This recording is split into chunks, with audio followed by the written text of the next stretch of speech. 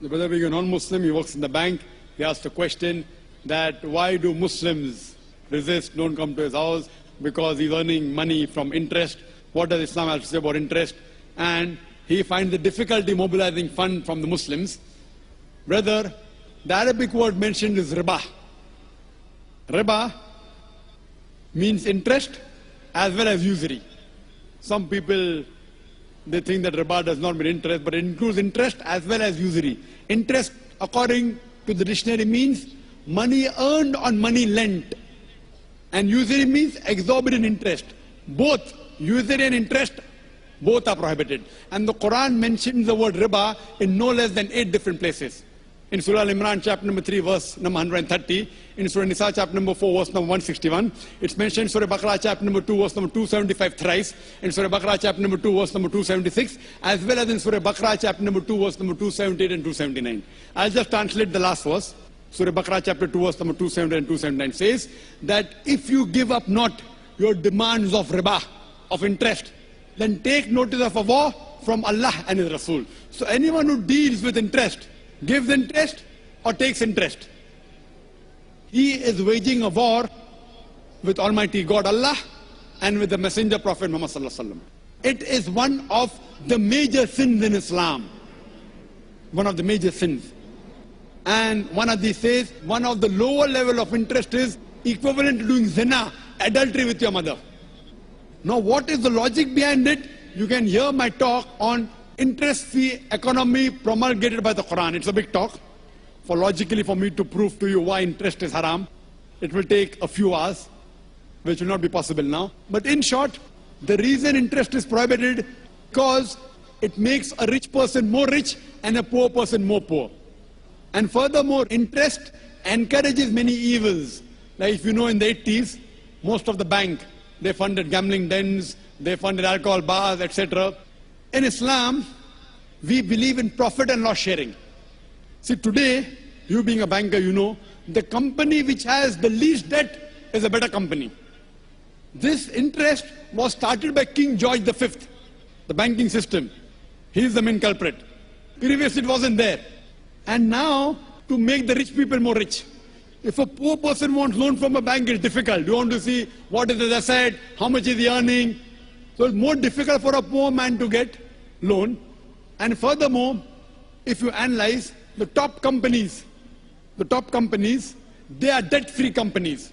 Therefore, today we find stock listing. You know, Anil Ambani, he floated the Reliance Power. How many? 1.1 lakh crores. He got 100 times more than what he wanted. No bank would have given him so much money. What he did? He floated stock. What is stock? It is Islamic system, profit and loss sharing. Correct? In interest, it is haram because there are many negative factors. In Islam, we believe in profit and loss sharing. You know, you buy shares. You buy shares of a company. If you make profit, you get profit. If you make loss, you make a loss. It's not fixed, 8%, 9%. And the other person makes a lot of money. So what they do, they float shares. So if you buy stock of a halal company, as long as it's not alcohol company, it's not bank, it's not haram activity, it is Islamic. So we in Islam believe in profit and loss sharing. Anil Ambani, he floated, he got 100 times more than what he wanted. Correct? 1.1 lakh crores. In 1 hour itself, he got more than 10 times than what he wanted. Why? People thought, okay, if I invest with Anil Ambani, I'll not get that fixed 8%, 9%, 10%. I'll make 20%, 30%, 50%. You know, and the mutual funds, if you're a banker, JM Basics, number 1, 116% in 1 year. So what in Islam we believe? In profit and loss sharing. That's the reason riba, fixed interest, fixed amount on money earned on money lent is haram. For more details, refer to my video cassette, Interest-Free Economy Promulgated by the Quran. That's the reason if you change your bank from a conventional bank to Islamic bank, inshallah you'll have Muslim customers, inshallah.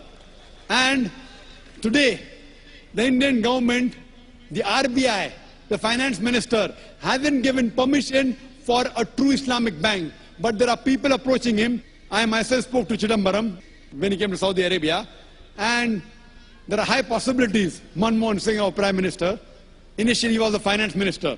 He understands finance better. There are high possibilities, inshallah. He is studying the system.